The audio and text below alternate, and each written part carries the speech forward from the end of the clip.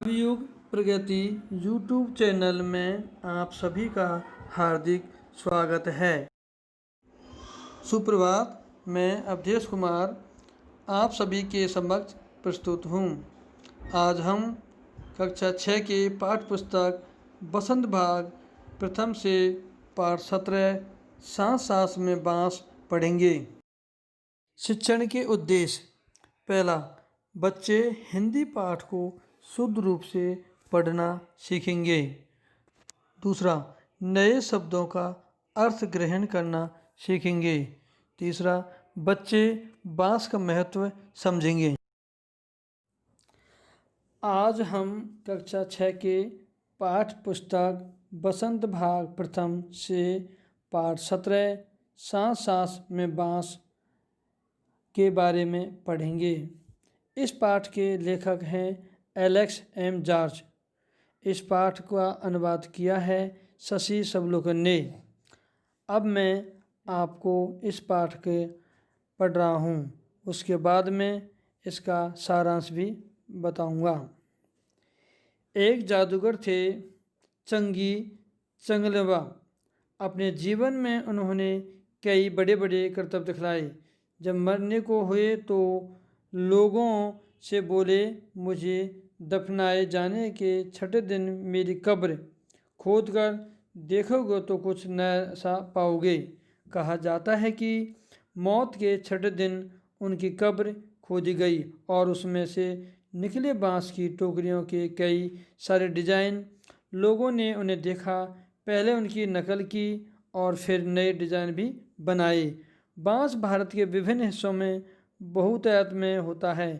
भारत के उत्तर पूर्वी क्षेत्र के 7 राज्यों में बाँस बहुत उगता है, इसीलिए वहाँ बाँस की चीज़ें बनाने का चलन भी खूब है। सभी समुदाय के भरण पोषण में इसका बहुत हाथ है। यहाँ खास तौर पर देश के उत्तर पूर्वी राज्य नागालैंड की बात करेंगे। नागालैंड के निवासियों में बाँस की चीज़ें बनाने का खूब प्रचलन है। इंसान ने जब हाथ से कलात्मक चीज़ें बनाना शुरू की, बाँस की चीज़ें तभी से बन रही हैं। आवश्यकता के अनुसार इसमें बदलाव हुए हैं और भी हो रहे हैं। कहते हैं कि बाँस की बुनाई का रिश्ता उस दौर से है जब इंसान भोजन इकट्ठा करता था।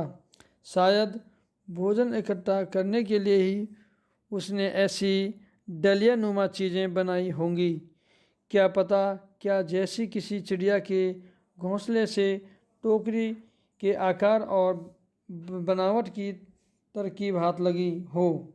बाँस से केवल टोकरियाँ नहीं बनती, बाँस की खपौचों से ढेर चीज़ें बनाई जाती हैं, जैसे तरह तरह की चटाइयाँ, टोपियाँ, टोकरियाँ, बर्तन, बैलगाड़ियाँ, फर्नीचर, सजावटी सामान, जाल, मकान, पुल और खिलौने भी। असम में ऐसे ही एक जाल जकाई से मछली पकड़ते हैं। छोटी मछलियों को पकड़ने के लिए इसे पानी की सतह पर रखा जाता है या फिर धीरे धीरे चलते हुए खींचा जाता है। बाँस की खपच्चियों को इस तरह बांधा जाता है कि वे एक शंकु का आकार ले लें। इस शंकु का ऊपरी सिरा अंडाकार होता है। निचले नुकीले सिरे पर खपच्चियाँ एक दूसरे में गुथी हुई होती हैं। खपच्चियों से तरह तरह की टोपियाँ भी बनाई जाती हैं। असम के चाय बागानों के चित्रों में तुम्हें लोग ऐसी टोपियाँ पहने दिखाई जाएंगे और हाँ, उनकी पीठ पर टंगे बाँस की बड़ी सी टोकरी देखना न भूलना। जुलाई से अक्टूबर घनघोर बारिश के महीने, यानी लोगों के पास बहुत सारा खाली वक्त या कहो आसपास के जंगलों से बाँस इकट्ठा करने का सही वक्त। आमतौर पर वे 1 से 3 साल की उम्र वाले बाँस काटते हैं। बूढ़े बाँस सख्त होते हैं और टूट भी तो जाते हैं। बाँस से शाखाएं और पत्तियां अलग कर दी जाती हैं। इसके बाद ऐसे बाँसों को चुना जाता है जिनमें गांठें दूर दूर होती हैं। दाव यानी चौड़े चांद जैसी फाल वाले चाकू से इन्हें छीलकर खपच्चियाँ तैयार की जाती हैं। खपच्चियों की लंबाई पहले से ही तय कर दी जाती हैं। मसलन आसन जैसी छोटी चीज़ें बनाने के लिए बाँस को हर एक गठान के में काटा जाता है, लेकिन टोकरी बनाने के लिए हो सकता है कि 2 या 3 या 4 गठानों वाली लंबी खपच्चियाँ काटी जाएं। यानी कहाँ से काटा जाएगा, यह टोकरी लंबाई पर निर्भर करता है। आमतौर पर खपच्चियों की चौड़ाई 1 इंच से ज़्यादा नहीं होती। चौड़ी खपच्चियाँ किसी काम की नहीं होती। इन्हें चीरकर पतली खपच्चियाँ बनाई जाती हैं। पतली खपच्चियाँ लचीली होती हैं। खपच्चियाँ चीरना उस्तादी का काम है। हाथों की कलाकारी के बिना खपच्चियों की मोटाई बराबर बनाए रखना आसान नहीं। इस हुनर को पाने में काफ़ी समय लगता है। टोकरी बनाने से पहले खपच्चियों को चिकना बनाना बहुत ज़रूरी है, या फिर दाव काम आता है। खपच्ची बाएं हाथ में होती है और दाव दाएं हाथ में। दाव का धारदार सिरा खपच्ची को दबाए रहता है, जबकि तर्जनी दाव के एकदम नीचे होती है। इस स्थिति में बाएं हाथ से खपच्ची को बाहर की ओर खींचा जाता है।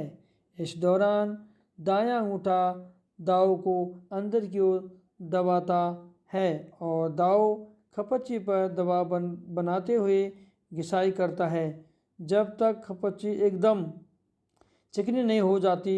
यह प्रक्रिया दोहराई जाती है। इसके बाद होती है खपच्चियों की रंगाई। इसके लिए ज़्यादातर गुड़हल, इमली की पत्तियों आदि का उपयोग किया जाता है। काले रंग के लिए उन्हें आम की छाल में लपेटकर कुछ दिनों के लिए मिट्टी में दबाकर रखा जाता है। बाँस की बुनाई वैसे ही होती है जैसे कोई और बुनाई। पहले खपच्चियों को चित्र में दिखाए गए तरीके से आड़ा तिरछा रखा जाता है। फिर बानियों को बारी बारी से ताने के ऊपर नीचे किया जाता है। इससे चेक का डिजाइन बनता है। पलंग की निवार की बुनाई की तरह टूल बनना तो हर एक बाना 2 या 3 तानों के ऊपर और नीचे से जाता है। इसमें कई सारे डिज़ाइन बनाए जा सकते हैं।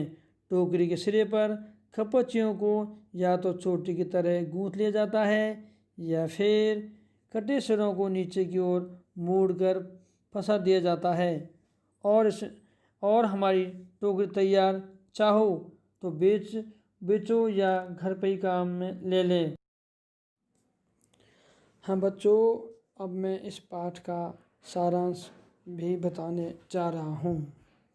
बच्चों, इस पाठ में बाँस के महत्व के बारे में बताया गया है कि बाँस भारत के उत्तर पूर्वी क्षेत्रों के राज्यों में बाँस बहुत उगता है। विशेष तौर पर नागालैंड में जो भारत का उत्तर पूर्वी राज्य है, नागालैंड, मणिपुर, मिजोरम, असम आदि, जुलाई से अक्टूबर में बारिश के महीने में लोग आसपास के जंगलों से बाँस एकत्रित करते हैं। आमतौर पर 1 से 3 साल की उम्र वाले बाँस काटे जाते हैं। बूढ़े बाँस सख्त हो जाते हैं और वे जल्दी टूट जाते हैं। बाँस से शाखाएं और पत्तियां अलग कर दी जाती हैं। दाव यानी चौड़े फाल वाला चाकू से बाँस छीलकर खपच्चियां तैयार कर ली जाती हैं। खपच्चियों की लंबाई उतनी ही रखी जाती है जितनी की वस्तु बनाने में लगती है। बाँस का दैनिक जीवन में बहुत महत्वपूर्ण स्थान है।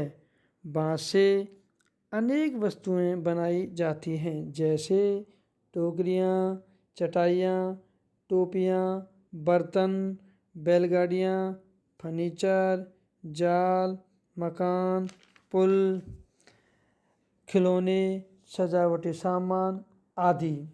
असम में मछली पकड़ने के लिए जाल जकाई लगाया जाता है। यह बाँस की खपच्चियों से शंकु आकार में बनाया जाता है। असम के लोग अपने पीठ पर बांस की टोकरी भी बांधते हैं जिसमें चाय की पत्ती एकत्रित की जाती है। बांस से डिजाइन बनाना।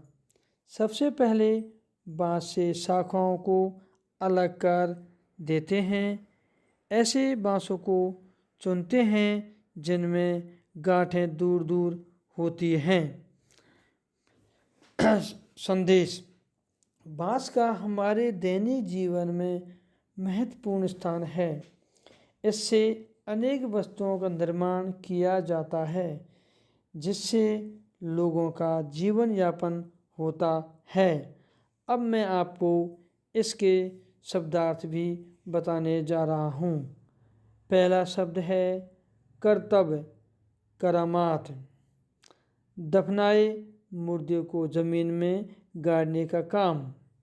बहुतायत, बहुत अधिक। चलन, रिवाज। प्रचलन, चलन। तरकीब, तरीका। शंकु, खूंटी। ईंधन, जलाने का सामान। पालना, झूला। मसलन, उदाहरण के लिए। गठान, गांठ। हुनर, कलाकारी। तर्जनी, अंगूठे के पास की अंगुली। दौरान, बीच। प्रक्रिया, तरीका।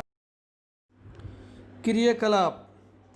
बांस की बनी हुई वस्तुओं में से आप किन किन वस्तुओं को उपयोग में लेते हैं, उनके नाम लिखिए एवं चित्र भी बनाइए।